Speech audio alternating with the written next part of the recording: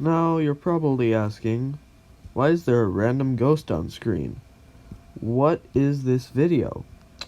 Why is there a random ghost? Well, my friends, today we're doing the top 10 video games I have played in 2019, and this is my new user. Yep. The rules for this are very simple, just games that I have played. I really try to keep them as recent games.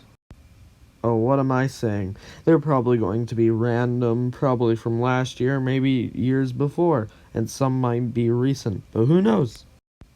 Anyway, on with the countdown to number 10.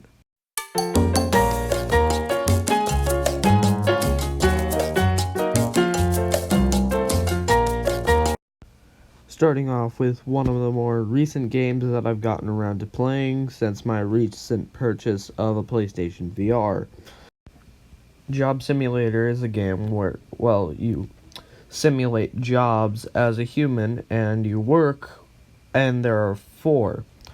There's a mechanic, there's a chef, there's a gas worker that I believe works at a gas station or something like a Quick Trip or something like that. And then there is the fourth one that is office worker. Now, in this game, it is very enjoyable, and there is a large amount of humor and hidden things that you can just find with the VR.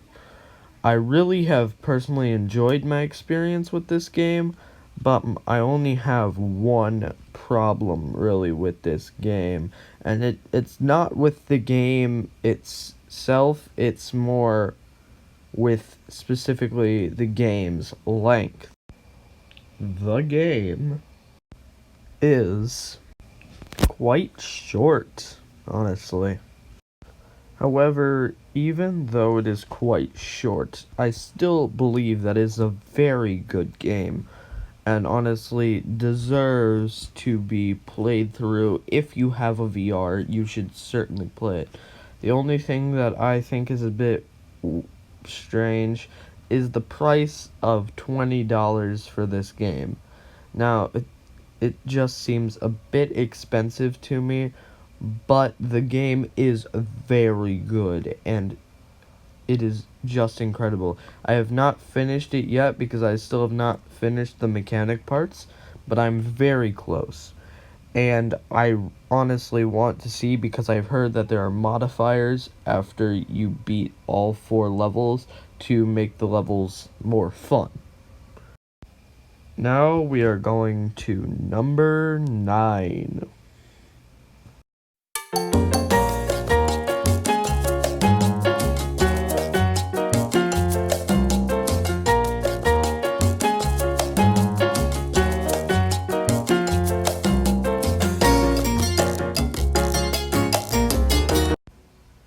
Man, this game, I have enjoyed this game so much. I am such a big fan of the Arkham series as a whole, well, specifically Origins, which was the game that got me into it on the Wii U. And now after playing the Arkham collection of City and Asylum that I still have not completed yet, and I'm going to try, Arkham Knight is just a culmination of all of those games. And even though it does have some irritating parts with the overuse of the Batmobile, I still really enjoyed it. Even the parts with the Batmobile. Though it did get a bit irritating, especially when I went back to it because I hadn't completed all the side missions. And heck, like I'm completing Riddlers. But it did seem a bit irritating when you realize that the Deathstroke boss fight is just you riding around in a tank. And I'm sorry if that's a bit of a spoiler, but I'm gonna go into a bit more spoilers. So if you do not want to get spoiled at certain parts of the game, skip to whatever timestamp is down there, and I'll give you 3, 2, 1. Okay. I can't believe when Bane got infected by the Joker gas, and it turned out that Joker was basically a form of like a disease, like a chest burster from Alien, and it came out of Bane's stomach, and you had to fight him in a boss fight. That was just insane.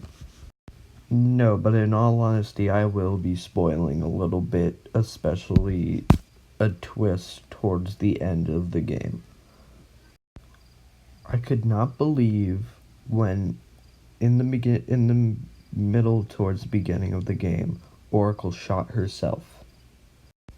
I mean, I know she was under the influence of the Scarecrow stuff, but the twist towards the end, it shocked me when it turned out that Jim Gordon had promised to bring Batman to Scarecrow if he kept Oracle alive, because he had tricked Batman by giving Batman Scarecrow toxin, and it showed her killing herself, but it didn't actually end up happening. So, like, I was so surprised. And then when it turns out Jim shoots you, but he purposely doesn't kill you because he trusts Batman as a character. It just, I loved it. And even though I knew that the Arkham Knight was going to end up being one of the Robins, and then by process of elimination, I knew it was going to be Jason Todd, but even still, man, I enjoyed him as a character. But it was just, I love this game, man. But anyways, on to number 8.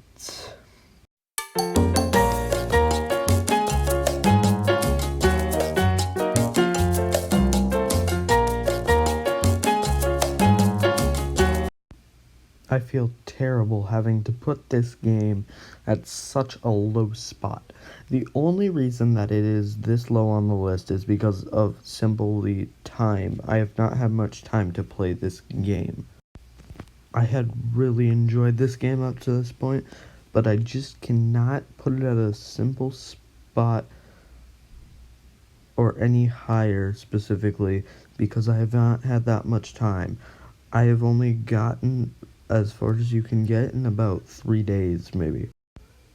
So, in God of War, you play as Kratos, who had just recently lost his wife and had to burn her ashes, or burn her body and make them into ashes. And then they are going to spread, him and his son are going to spread her ashes across the highest mountain. His son's name is Atreus, and Kratos is the god of war after 4 other games where he had killed a large amount of gods and even his father Zeus. He finally wants to live at peace, but as I'm showing you now, he ends up having his life come back to bite him when a stranger knocks at his door and fights him.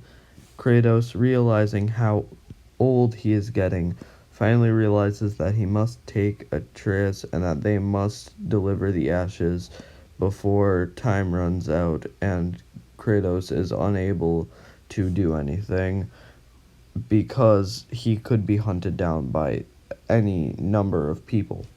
This game is just so incredible. I have enjoyed my time with this game, but unfortunately I have not had that much time with this game to put it on a higher spot. I have gotten maybe, like I said, 3 days, and I've maybe gotten to the ice troll. That's how far I am right now. Or ice guy. I don't know. But honestly, this game is so incredible. If you have a PlayStation 4, then you must get this game. It is just so enjoyable. I've had so much fun with this game, and I feel so bad putting it so low, especially when when we get to the number 7, because I feel like the number 7 is going to be like, he put this above God of War? What has he done? Anyways, on to number 7.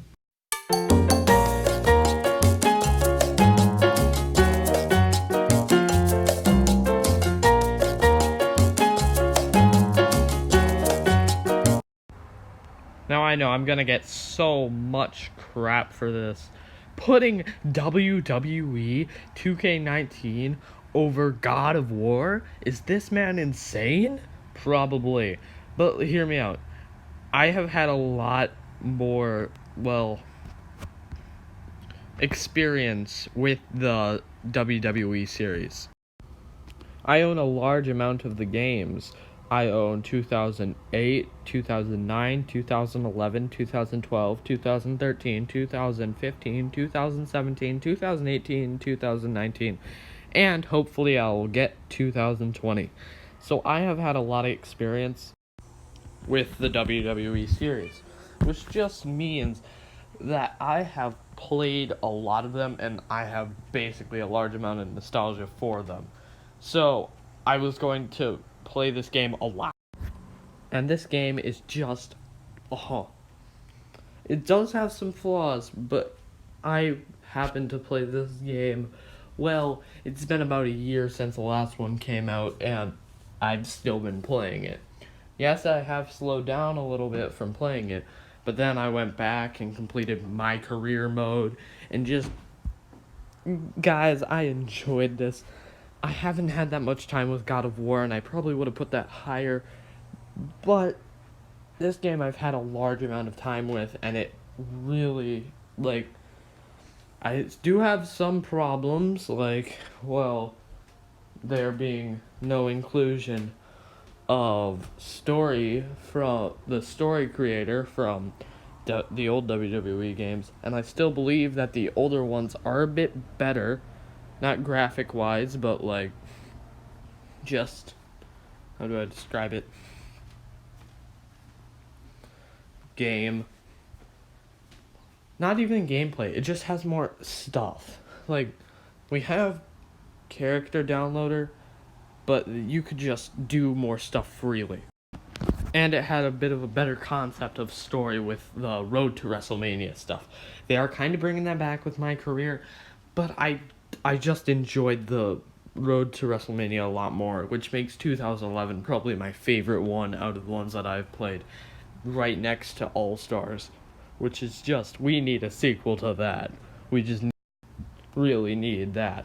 But in all honesty, that is why this game is at this spot, and I didn't feel like it was fair ranking it a bit higher than the other games that will come after it, but I still really enjoyed it. Anyways, on to number 6.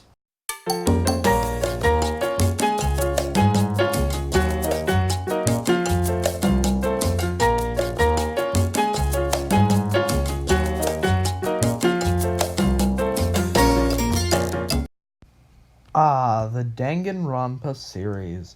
Some people may be asking, what is this game? Most people will be asking that, and the small amount that actually know are going to say, wow, he actually put the second one, huh?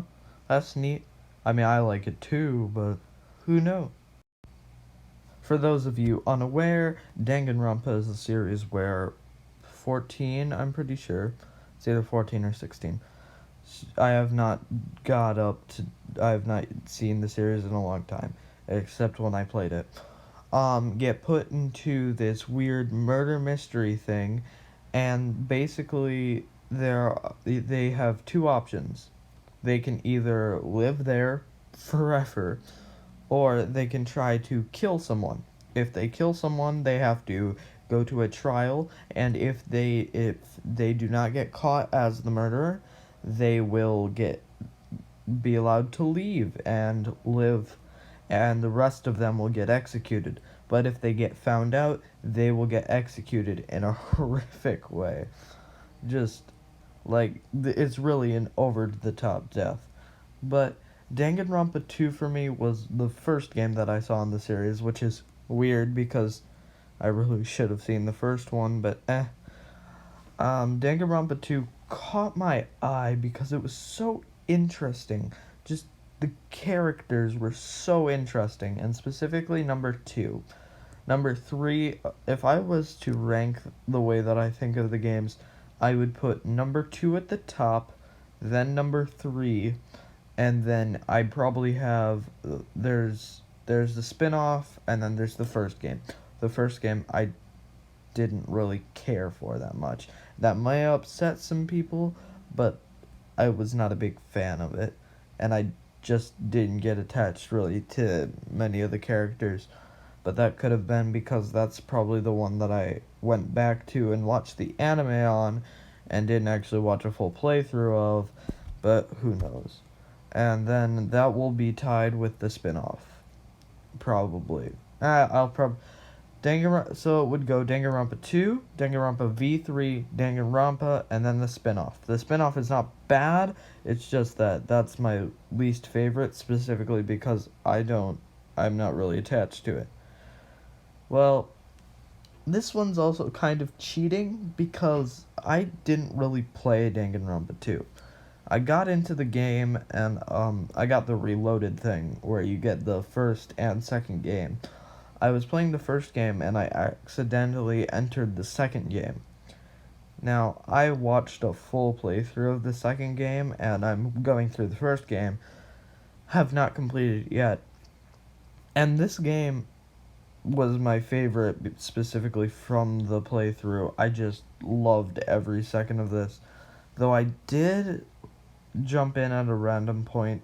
Like, I jumped in during the middle because it was, like, how do I describe it? Razbowski, the YouTuber, was doing a playthrough of it, and I watched it, but I was not aware of what it was, so I ended up catching his most recent episode, which was one of the trials, and it hooked me immediately with the whole murder mystery thing.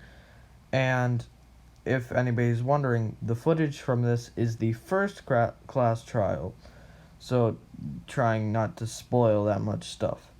This game was I loved it.